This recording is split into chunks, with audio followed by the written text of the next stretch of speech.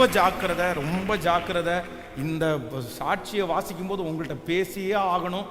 வாலிப தம்பிகளிடத்தில் பேசணும், தங்கச்சிகளிடத்தில் பேசணும். உன்னுடைய ஃப்ரெண்ட்ஷிப்பு ரொம்ப முக்கியம். பாய்ஸுக்கு எவ்வளவு ஃப்ரெண்ட்ஷிப் வந்து அந்த மாதிரி முக்கியமோ அதே போல் கேர்ள்ஸுக்கும் அப்படிதான். ரொம்ப கவனமாக இருங்க. குறிப்பிட்ட ஒரு கேர்ள்ஸ் காலேஜில் படிக்கிற, வெறும் கேர்ள்ஸ் மட்டும்தான் அங்கே படிக்கிறாங்க.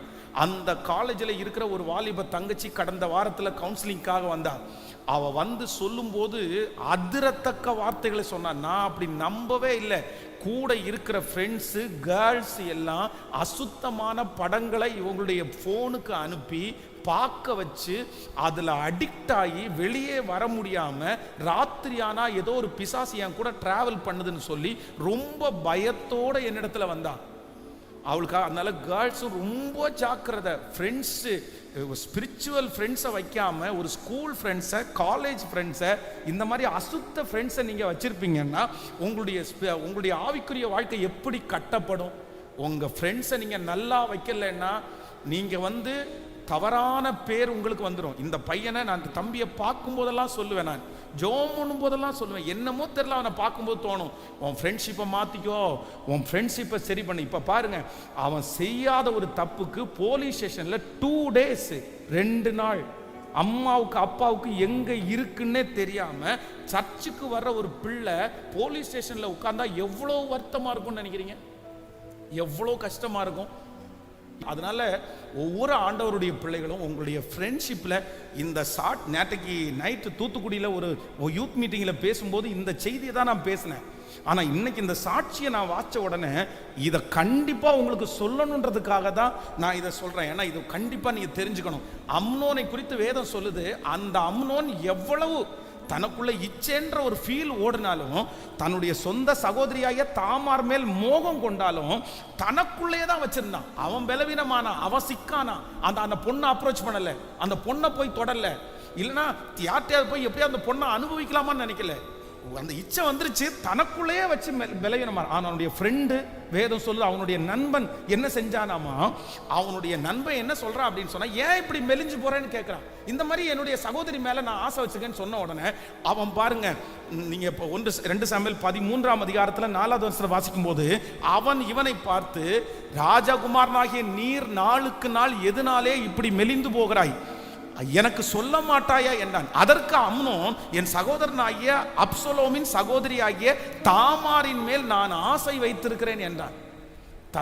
தங்கச்சி மேல, சிஸ்டர் மேல ஆசை வச்சிருக்கேன்னு சொன்ன உடனே நல்ல ஃப்ரெண்டா இருந்தா என்ன பண்ணிருப்பான், ஓங்கி பலார்னு ஒன்று கொடுத்துருவோம், வேற வேலையே இல்லையாடா, ஏடா சொந்த வந்து ஒரு சகோதரி மேல இவ்வளவு அசிங்கமா நினைச்சிட்டு இருக்க, முதல்ல அந்த புத்தியை அவனை விட்டு விலக்கிடு, நீ ஜோம் பண்ணு, உங்க அப்பாட்ட போய் சொல்லு, உடனே ஒரு கல்யாணம் பண்ணு அப்படின்னு சொல்றதை விட்டுட்டு இந்த ஃப்ரெண்டு ஒரு ஆலோசனை கொடுக்குறான் பாருங்க, மோசமான ஆலோசனை.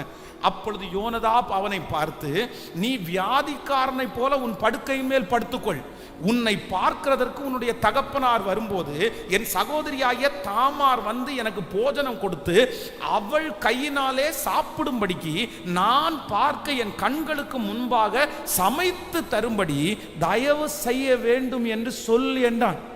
எவ்வளவு ஒரு கிரிமினலான ஐடியா கொடுக்குறான் பாருங்க. ஃப்ரெண்டு இருக்கிற பிரச்சனையை இன்னும் கொஞ்சம் ஏத்தல, அவன் செய்யற தப்புக்கு இந்த மாதிரி பண்ணுன்னு சொல்லி வழி போட்டு கொடுக்குறான் பாருங்களேன். அவ்வளவு பிளானை போட்டு கொடுத்து அவங்க அப்பா வரும்போது அதே மாதிரி நடிச்சு இவன் பேத மாதிரி ஃப்ரெண்டு சொன்னது அத்தனையும் அப்படியே கேட்டுட்டான். இவ்வளவு நல்ல பையனை கெடுத்தது யாரு தெரியுமா? ஒரு ஃப்ரெண்டு, ஒரு நண்பன். மகன், யாருக்காக ஆண்டவர் பேசுறான்னு தெரியல, நீ இந்த வார்த்தையை கேட்டுட்டு இருக்கலாம், உன்னை ஆண்டவர் ரொம்ப எச்சரிக்கிறாரு. இன்னைக்கு பாருங்களேன், உலகத்துல வந்து இன்னைக்கு சிகரெட் அடிக்கிறாங்க பாருங்க. இந்த சிகரெட்டை அடிக்கிறவங்க முதல் 90% பேர் முதல் குடிச்ச சிகரெட் ஃப்ரீயா கொடுத்தது ஃப்ரெண்டு கொடுத்தது, நண்பன் கொடுத்தது. நீ நல்லா வர வேண்டிய பிள்ளை, நீ நல்லா வர வேண்டிய பொண்ணு, இன்னைக்கு நீ இந்த அளவுக்கு ஆளாயிருக்கிறதுக்கு காரணம் உன் ஃப்ரெண்டு தான். உன்னை எவ்வளவு மோசமான இடத்துல கொண்டு போய் நிக்க வச்சுட்டான், உனக்கு எவ்வளவு கெட்ட பழக்கத்தை பழக்கி விட்டாங்க. நான் சொல்றேன், கஞ்சா அடிக்கிறவங்க இருக்கிறாங்க, கூலிப்பு போடுறவங்க இருக்கிறாங்க, சிகரெட் அடிக்கிறவங்க இருக்கிறாங்க. கல்யாணமாகி குழந்தை ஆனதுக்கு அப்புறம் கூட சர்ச்சு முடிக்கிற சர்ச்சுக்கே வராம பேட்டை தூக்கிட்டு கிரிக்கெட் விளையாடி, இவர் கிரிக்கெட் விளையாடி என்ன கப்பை வாங்கி கொடுக்க போறாரு? கிரிக்கெட் விளையாட போறாரு. குழந்தை ஆச்சு, அந்த பிள்ளை 5th ஸ்டாண்டர்ட் படிக்குது. அப்பா கிரிக்கெட் விளையாட போனாராமா. நான் கிரிக்கெட் விளையாடுறத தப்புன்னு சொல்லல, எக்ஸசைஸ தப்புன்னு சொல்லல. ஒரு குடும்பத்தையே பார்க்காம சர்ச்சுக்கே வராம ஃப்ரெண்ட்ஸோட சேர்ந்து கிரிக்கெட் விளையாட போறேன்னு சொல்ற நீங்க உங்க பிள்ளைய எப்படி நீங்க கடினமா வளர்த்துவீங்க? உங்க பிள்ளை நாளைக்கு எப்படி சர்ச்சுக்கு வரும்? உங்க பிள்ளை ஞாயிற்றுக்கிழமை சர்ச்சுக்கு வரலன்னா அந்த பிள்ளைய நீங்க என்ன சொல்லுவீங்க? எப்படி இதுதான் அந்த பிள்ளை எப்படி நீங்க கண்டிப்பீங்க?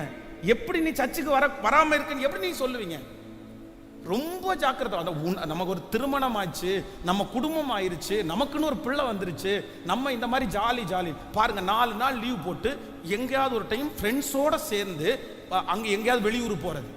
நீங்க ரிலாக்ஸ் பண்றத தப்புன்னு சொல்லல, நீங்க ரொம்ப டென்ஷன் ஆக வேண்டாம், ரொம்ப ஸ்ட்ரெஸ்ஸா நீங்க இருக்க வேண்டாம். பட் ஆனா என்ன அப்படின்னா ரொம்ப ஜாக்கிரதையா இருங்க. அந்த ஸ்ட்ரெஸ் இப்படி போறதுனால சரியாகாது. இது பெரிய பாவத்துல உங்களை கொண்டு போய் விட்டுரும், பெரிய தடுமாற்றத்துல உங்களை கொண்டு போய் விட்டுரும். ரொம்ப ஜாக்கிரதையா இருக்கணும், ரொம்ப ஜாக்கிரதையா இருங்க. வாலிப தங்கச்சிங்க ரொம்ப கேர்ஃபுல்லா இருங்க. இந்த மொபைல்ல தேவையில்லாம யாராவது ஒருத்தர் லிங்க் பண்ணி ஏதாவது ஒரு ஆப்பை உங்களுக்கு கொடுத்து ஏதாவது விதத்துல வழி நடத்தினா தயவு செய்து அந்த மாதிரி ஆட்கள்கிட்ட ஃப்ரெண்ட்ஷிப் வைக்காத. உன்னை ஒன்றும் இல்லாம பண்ணிடுவாங்க. நீ நல்ல பிள்ளை, நீ கெடுத்துக்காத.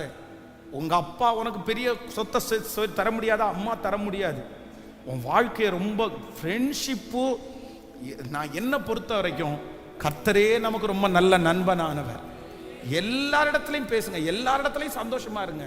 ஆனா பர்சனலா ரொம்ப நெருக்கமா அப்படி ஒரு ஃப்ரெண்ட்ஸை கொண்டு வச்சு முதல்ல அப்பா அம்மா மாறுங்க. நீங்க மாறாம இவங்களுக்கு ஒரே பேச்சு பாருங்க. சில சிஸ்டர்ஸ் எல்லாம் தவறாம பேசிட்டே இருப்பாங்க போன்ல, தவறாம எஸ்எம்எஸ் பண்ணது கேட்டா ஸ்கூல் மெட்டு, காலேஜ் மெட்டு, எல்லாருக்குமே காலேஜ் மெட்டு, எல்லாருக்குமே ஸ்கூல் மெட்டு இருக்கத்தான் செய்றாங்க. அவங்க +2 முடிச்சதுக்கு அப்புறம் அவங்க வேலையை பார்த்துட்டு அவங்க போறாங்க. சரி, எங்கேயோ ஒரு கல்யாணத்துக்கு வரும்போது எங்கேயாவது இடத்துல நிகழ்ச்சியில சந்தோஷமா டே நீயாடா நானடா பேசிக்கிறது தப்பு இல்லை. ஆனா அந்த காலேஜ் ஃப்ரெண்ட்ஸை திரும்ப பிடிச்சி திரும்ப பேசி அவன் மனைவியிட்ட பேசி அவன் கணவனாட்ட பேசி எதுக்கு இந்த சண்டை, எதுக்கு இந்த வம்பு? அதுக்கப்புறம் திருமணம்னு ஆயிடுச்சு, நம்ம ஒரு கணவனாரோட வாழ்ந்துட்டோம், ஒரு மனைவியோட வந்துட்டோம். இனி என்ன அந்த பையனோட பேச்சு? இனி எதுக்கு அந்த பொண்ணோட பேச்சு? அது குடும்பத்துக்கு ஆகுமா? அது குடும்பத்துல சமாதானத்தை கொண்டு வருமா? அதுல குடும்பத்துல பிரச்சனை வராதா?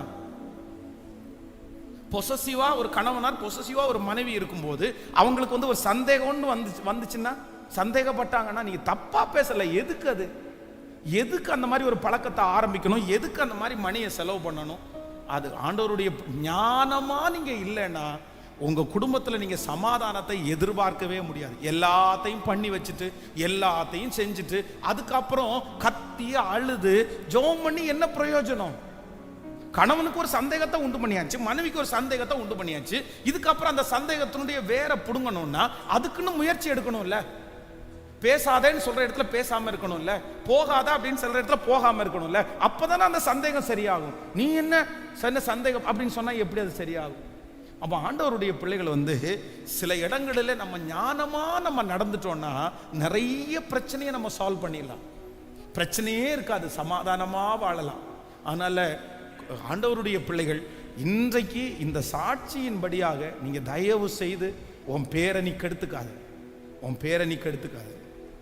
தீயவனோட நல்லவங்க சேர்ந்தீங்கன்னா உங்க பேரும் என்னவாகும் அப்படின்னு சொன்னா தீய மாதிரி தான் ஆகும். விபச்சாரக்காரியோட பங்கு இருக்குமே ஆனால், பேச்சுவார்த்தை இருக்குமானால் உங்களையும் அந்த மாதிரி ஒரு சூழ்நிலையில அந்த மாதிரி காரியத்துல பார்ப்பாங்க. அப்படிதான் அவங்க பேசுவாங்க.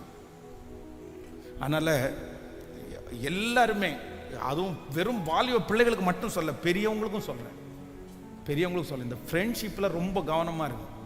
இப்பெல்லாம் ரொம்ப மாறி போச்சு. சர்ச்சுக்கே அப்படி வந்துடுறது, சர்ச்சுக்கே வர்றது 2 பேரும் ஃப்ரெண்ட்ஸ், ஒரு பையனும் பொண்ணும் தான் ஃப்ரெண்ட்ஸ். அப்படி அது ரொம்ப ஜென்ரலா அப்படியே ஆயிடுச்சு. எல்லாரும் தப்புன்னு சொல்லல, ஆனா என்ன அப்படின்னு சொன்னா அது ஒரு டிஸ்டன்ஸ் வேணும் இல்ல கண்ணா. ஒரு ஆண் மகன், ஆண் பொண்ணு, ஒரு பையன் போது ஒரு டிஸ்டன்ஸ் வேணும் கண்டிப்பா. அது ரொம்ப நம்ம என்னதான் நம்ம ரொம்ப இதுவா இருந்தாலுமே அது எப்படி, எனக்கு ஒன்றும் புரியல. எனக்கு ஒன்றும் புரியல. சின்ன உங்களுக்கு கால் இப்போ பொட்ட பிள்ளை நீங்கள் பெற்று வச்சுருக்கிறீங்களா? சின்ன வயசுலேருந்தே உங்கள் பிள்ளைக்கு சொல்லுங்கள், ஏம்மா இதெல்லாம் நம்ம போடக்கூடாது. ஒரு டைம் நீ வந்து இப்போ ட்ரெஸ்ஸை போட்டு முடிச்சுட்டு கண்ணாடிக்கு முன்னாடி போய் நின்று பாரு, உன் ட்ரெஸ் எப்படி இருக்குன்னு பாரு, இது நல்லா இருக்காது, இது டிஸ்டர்பன்ஸ் உண்டு பண்ணும், இப்படி செய்யக்கூடாதுன்னு நீங்கள் சொல்லுங்கள். நீங்கள் சொல்லாட்டி என்ன பண்ணுறது? சில பிள்ளைங்க சொன்னால் கேட்க மாட்டாங்க, நம்ம ஒன்றும் பண்ண முடியாது. சில சொன்னால் கேட்காத மனைவி இருப்பாங்க, சில சொன்னால் கேட்காத கணவன் இருப்பாங்க, சில சொன்னால் கேட்காத பிள்ளைங்க இருப்பாங்க. நம்ம ஆனால் நீங்கள் சொல்கிறது உங்களுடைய கடமை. கண்டும் காணாமல் பார்த்தும் பார்க்காம நீ இருக்கக்கூடாது. நீங்கள் சொல்லி கீழ்ப்படியலை அப்படின்னா அது அவங்களுக்கு சார்ந்தது, நம்ம ஒன்றும் பண்ண முடியாது. ஆனால் இந்த மாதிரி சொல்லி நான் இப்போ சொல்லணும், நான் உங்களுடைய ஊழியக்காரர். சிலர் கோச்சுக்கலாம், சிலர் வருத்தப்படலாம், என்ன பண்ண முடியும்?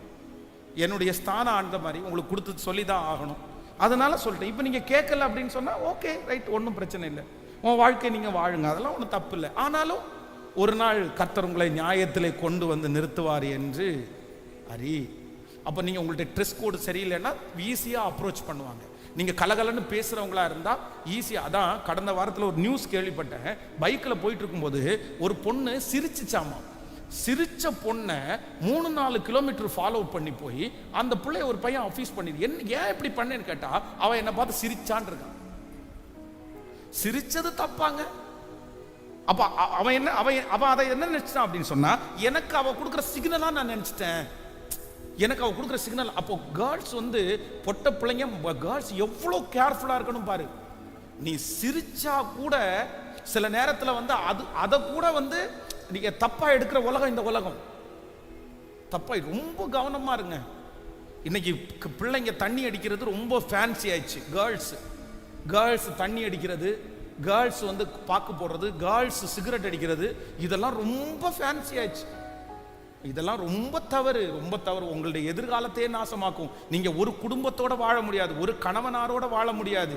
சந்தேகங்கள் உண்டாகும். இன்னைக்கு நீங்க செய்யறது நாளைக்கு யாராவது ஒருத்தர் உங்களுடைய கணவனாரோட மனைவியோட வந்து சொல்லும் போது அந்த குடும்பத்துல பிரிவினைகள் உண்டாகும், பிளவுகள் உண்டாகும்.